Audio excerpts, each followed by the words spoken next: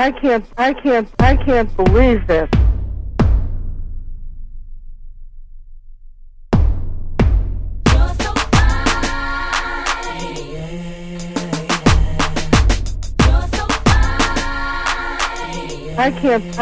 I can't believe this.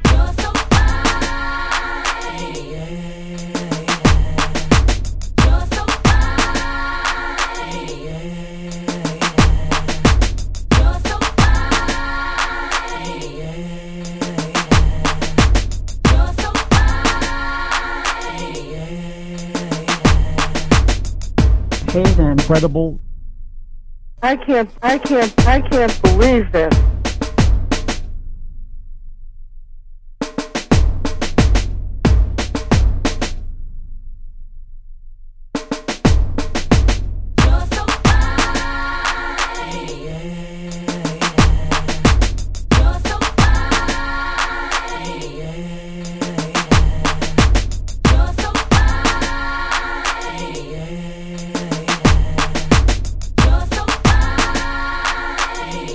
I can't believe this.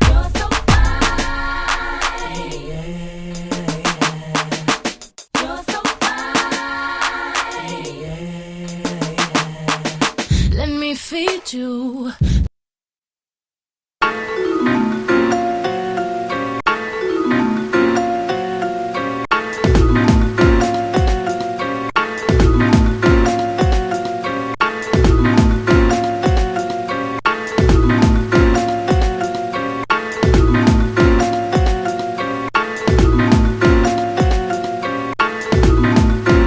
To live like this, you have to speak this language, you have to believe this way.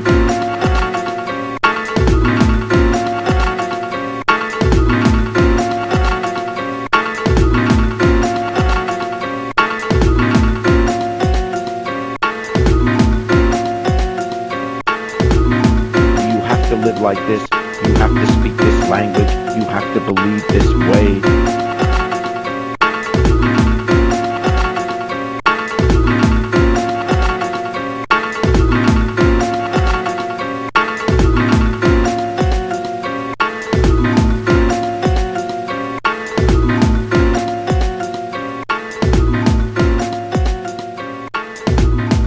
Heathen, Credible, heathen, Credible, heathen, Credible, heathen, Credible, heathen, Credible, heathen, Credible, heathen, Credible, heathen, Credible, heathen, Credible, heathen, Credible, heathen, Credible,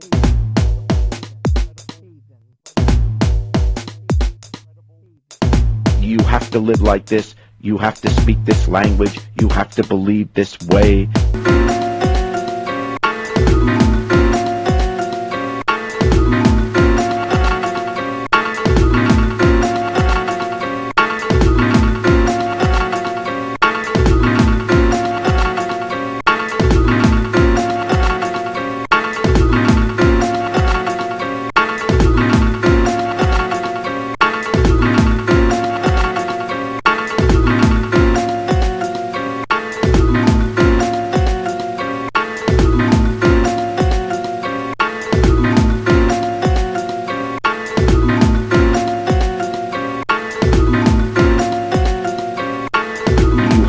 Like this, you have to speak this language, you have to believe this way.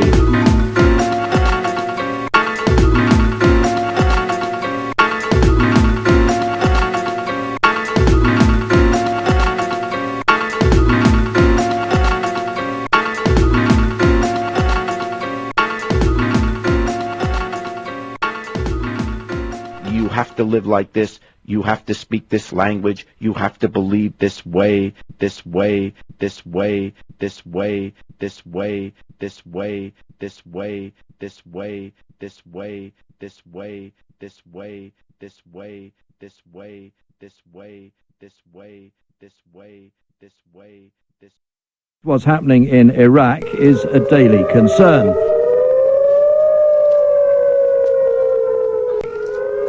Now, who do you want to believe? The cabal inside the White House, or do you want to believe the Pentagon? Because right now, the Pentagon is reporting that the number of insurgent attacks is at its highest level level since American commanders began tracking such figures 2 years ago. 2 years ago. Now, why did they start 3 years ago? Well, they didn't know the insurgency was going to be so intense, so we better keep following this stuff. This is a quarterly update. Now, how could the president not know that this quarterly update is on the way? Because just a couple of weeks ago, Mr. Bush told us that there was a turning point. That this new Iraqi prime minister, that they have finally picked everything and got their government in place, and everybody's excited. It's another one of those benchmarks that we've been told and talked about. But in this quarterly report, this update to Congress, the Pentagon reports that from February 11th to May 12th, insurgents staged an average of more than 600 attacks per week nationwide. And you've got conservatives out there who are bitching at the media because the positive stories aren't coming across. Please just do this math. This is 85 attacks a day in a country the size of California that is taking American lives, that is recruiting. This whole thing with I mean, that is a recruiting tape now for the insurgency. I mean, if the president wants to fight him over there and not over here, he's done a hell of a good job of orchestrating that. There's no question about that. And I just don't see any light at the end of the tunnel. I'm not trying to be negative. I'm being true to the story. True to the story. True to the story. True to the story. True to the story. True to the story.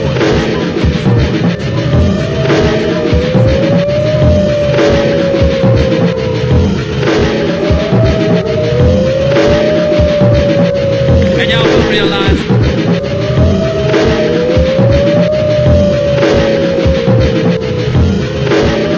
And y'all will realize.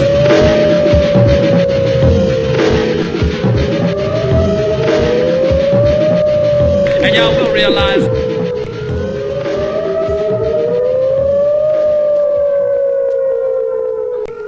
And y'all will realize.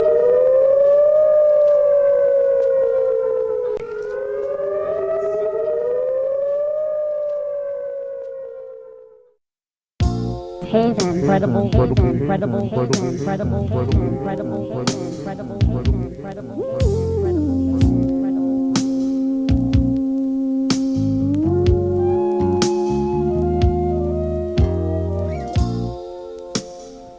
My mind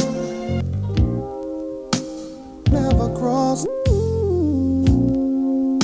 the other side of the world.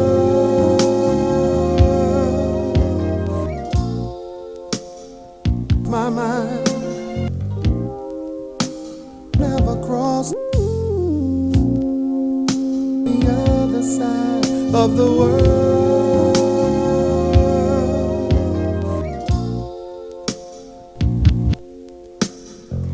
Now, you were in Iraq when President Bush declared mission accomplished and said that the major combat operations in Iraq have ended.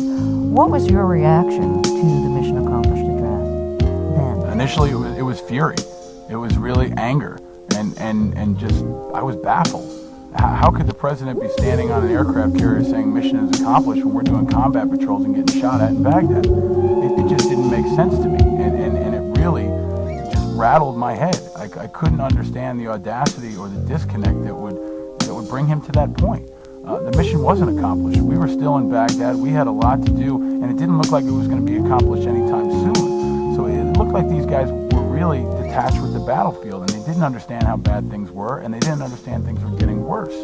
And it was almost like this hopeful idea that they were going to will it into getting better. But I learned from one of my commanders on the ground that hope is not a course of action. We need a plan for success. So hoping the insurgency is going to go away and hoping the mission is going to be accomplished isn't going to get it done.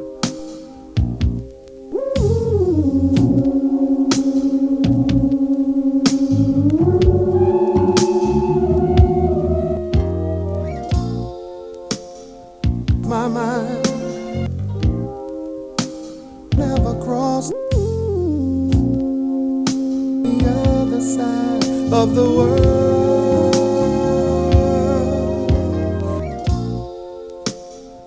My mind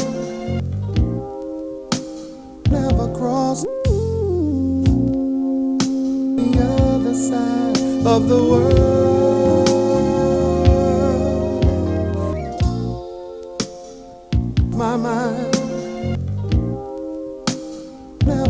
cross the other side of the world.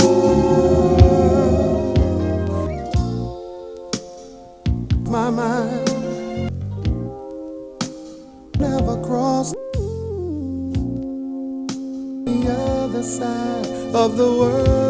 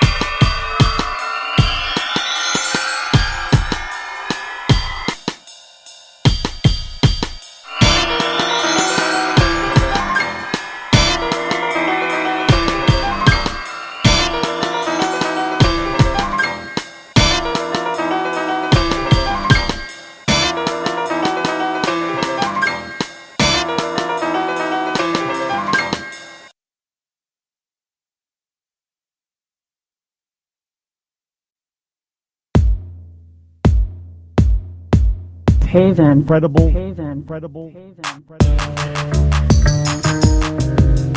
So you know I've seen it all before. Sleep is the cousin of death, so my eyes wide open. We are crazy as a nation if we think Iran isn't next. There are all kinds of things that are happening in Iraq that indicate that Iraq is the staging ground for whatever adventure we think we're going to do in Iran next. And time is of the essence on that. We as a nation are going to have to stop our president from doing it. He will not stop himself because he's already made the decision and he's not being secretive about it. The only question is when and how. And we have to rise up and say no more, no more, no more. Then everything seemed like fun and games all the time. Games all the time. Games all the time. Games all the time. Good morning. Good morning, my brother. How are you? My name is Sheba. I'm a freedom fighter. I just have a few words that I would like to say right now. We must stop supporting this wicked devil and come together. We came here for peace. Peace.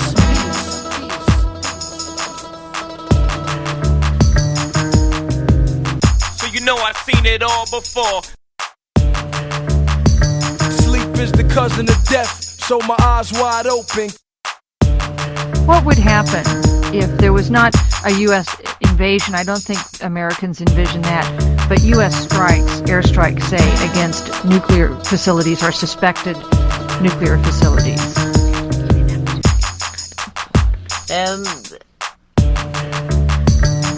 با هر نوع حمله بمباران یا موشکباران ایران ما مخالفیم و همونطوری که گفتم مردم علیرغم انتقاداتی که به حکومت دارن از وطنشون دفاع خواهند کرد. Any kind of strike, whether it be by missile, bombs, or an attack, will not be tolerated in Iran, and people will defend their country however they can.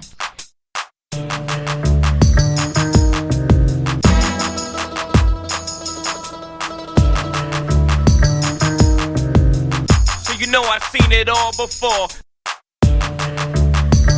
Sleep is the cousin of death, so my eyes wide open.